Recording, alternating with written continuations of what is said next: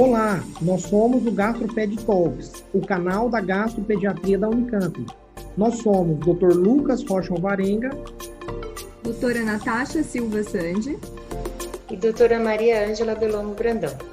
O GastroPed Talks é um canal sobre gastroenterologia, patologia e nutrição pediátricas, com foco em profissionais de saúde, em que vamos discutir temas e evidências atuais com base em guidelines, artigos científicos e entrevistaremos profissionais de destaque na área.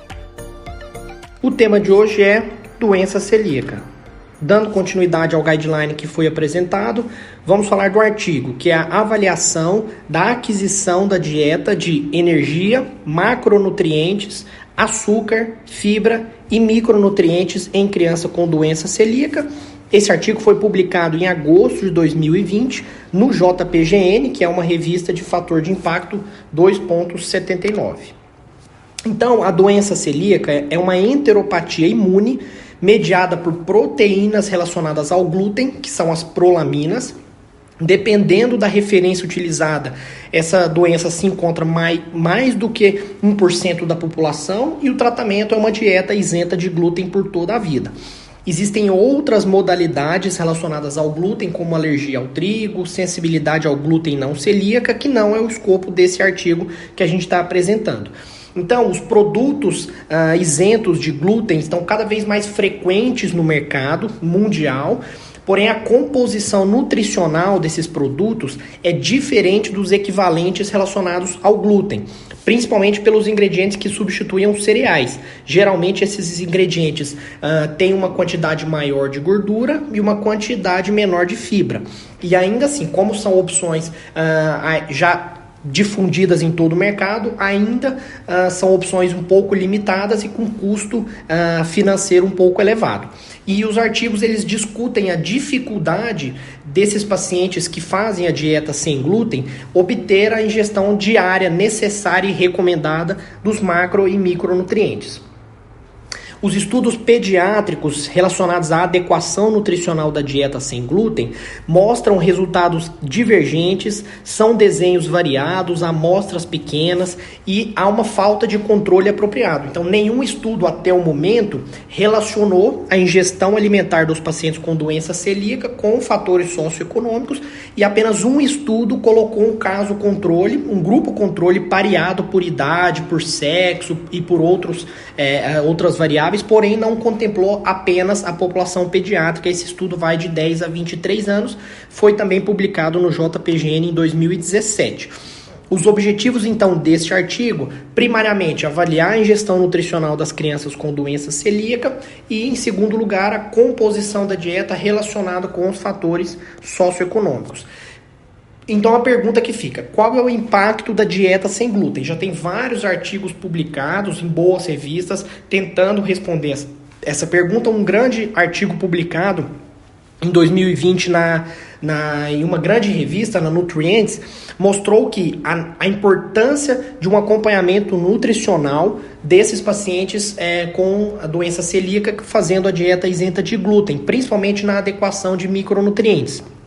Um outro grande estudo publicado no JAMA em 2019, eles utilizaram mais de 6 mil crianças com uma predisposição genética à doença celíaca e eles viram que esses pacientes com uma ingestão aumentada de glúten nos primeiros 5 anos de vida é um fator de risco independente para aumentar a autoimunidade para a doença celíaca, inclusive para aumentar o risco de desenvolvimento de doença celíaca.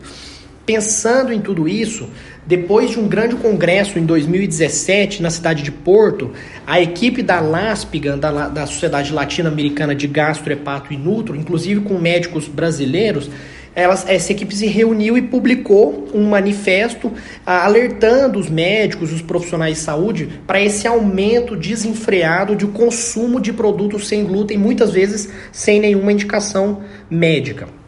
Então, esse trabalho é um trabalho transversal, do tipo caso-controle, pareado por idade, sexo e status socioeconômico. Foi todo ele feito em um hospital australiano, num hospital que é centro de referência terciária da região. Esses pacientes foram recrutados de janeiro de 2015 a agosto de 2017. Eles incluíram pacientes de 2 a 18 anos, pacientes com diagnóstico histológico confirmado de doença celíaca e com isenção de glúten na dieta por mais de 6 meses. Eles excluíram pacientes em uso de nutrição enteral e parenteral ou parenteral, pacientes com outras comorbidades, pacientes com padrão alimentar específico, tipo vegetariano, vegano, e pacientes com consumo de energia menor do que 50% ou maior de 200% da recomendação diária para a idade. Para avaliação dietética, eles utilizaram um questionário específico, semi-quantitativo de frequência alimentar, composto por 120 itens, validado para crianças australianas de 2 a 18 anos, e esse questionário avalia a frequência do consumo de diferentes alimentos em 6 meses anteriores. Em relação aos dados antropométricos, eles utilizaram as curvas do NCHS, que a gente já está acostumado. Para os fatores socioeconômicos, eles utilizaram um índice que separam os pacientes como tendo desvantagem socioeconômica ou como tendo vantagem socioeconômica. Na análise de estatística, eu chamo a atenção para a utilização de uma taxa, que é a False Discovery Rate, em que eles utilizam essa taxa para avaliar a proporção de hipóteses nulas verdadeiras entre as hipóteses nulas rejeitadas, ou seja, é um controle específico de falso positivo. Então, eles utilizaram essa taxa FDR.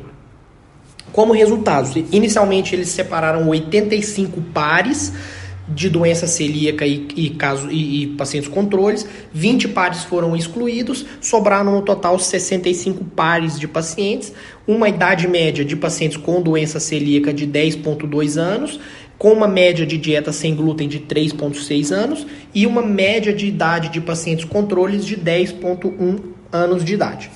Como resultado, eles encontraram que os pacientes com doença celíaca ingerem uma quantidade maior de energia do que os pacientes controle, ingerem uma quantidade maior de gordura do que os pacientes controle, inclusive gordura saturada, poliinsaturada e monoinsaturada.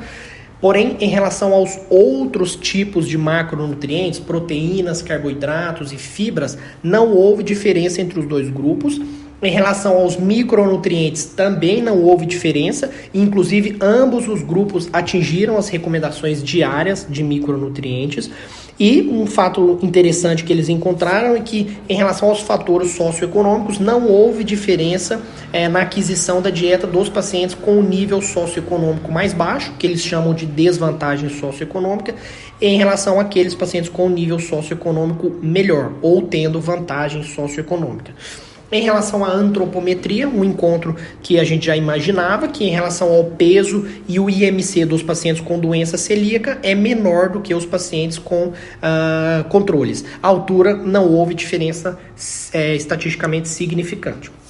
Então, os pontos fortes desse artigo é justamente o fato de utilizarem controles pareados para avaliar a ingestão alimentar na doença celíaca e utilizar essa relação da ingestão alimentar com fatores socioeconômicos. Esse é o ineditismo desse artigo. Em relação aos resultados encontrados, eles viram que, a despeito da maior ingestão de energia e gordura dos pacientes com doença celíaca, esses pacientes ainda assim mantêm um menor índice de peso e de IMC. E outro encontro importante é que os fatores socioeconômicos aqui não influenciaram na dieta dos pacientes sem glúten, que fazem a dieta sem glúten do doença celíaca, né? Então, mostrando que a alteração na composição corporal, no crescimento pôndero estatural dos pacientes com doença celíaca podem não se reverter completamente depois do estabelecimento de uma dieta isenta de glúten. Então, comparando com outros estudos na literatura, em relação à aquisição de energia e de macronutrientes, os artigos e os estudos da literatura são bem divergentes. Porém, em relação à ingestão de fibra especificamente, né, historicamente, crianças com dietas sem glúten têm um maior risco de ingestão insuficiente de fibras, por conta do baixo teor de fibra nas farinhas refinadas, né, nos produtos sem glúten. Em relação aos micronutrientes, a maioria dos estudos publicados na literatura não comparam ou não avaliam a aquisição dos micronutrientes relacionados com a ingestão necessária diária. Esse estudo tem a vantagem de ter feito essa avaliação e eles viram, inclusive, que ambos os pacientes, tanto de doença celíaca quanto os pacientes grupo controle, ingeriam uma boa quantidade de micronutrientes. Em relação aos fatores socioeconômicos, a gente tem que lembrar que o estudo foi feito com pacientes australianos, é um país que tem um nível socioeconômico relativamente bom, relativamente alto, porém eles discutem também, eles concluem que a alta demanda dos produtos sem glúten no mercado mundial, muitas vezes inclusive sem indicação médica, faz com que esses produtos aumentem a sua disponibilidade no mercado e, claro, consequentemente, abaixem um pouco o custo do mercado. Não é a realidade de todos os países, porém, eles concluem isso nesse artigo que a gente avaliou. Em relação aos dados antropométricos, uma grande conclusão desse artigo é que, muitas vezes, quando você tem um paciente com um grau de alteração antropométrica muito grande, esses valores podem não se reverter mesmo depois de uma remissão da doença em uma dieta isenta de glúten. Outro estudo que avaliou mais ou menos os mesmos desfechos em relação à microbiota duodenal e fecal, eles viram também que a microbiota de pacientes após a ingestão, após a isenção de glúten na dieta, essa microbiota se restaura apenas parcialmente, não se restaura completamente.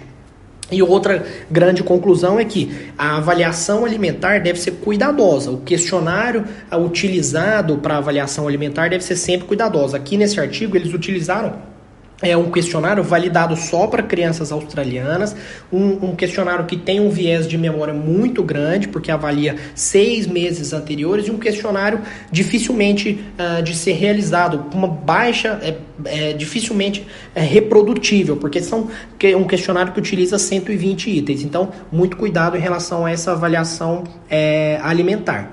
Então, concluindo, esses são os achados e a discussão do nosso artigo avaliado de hoje.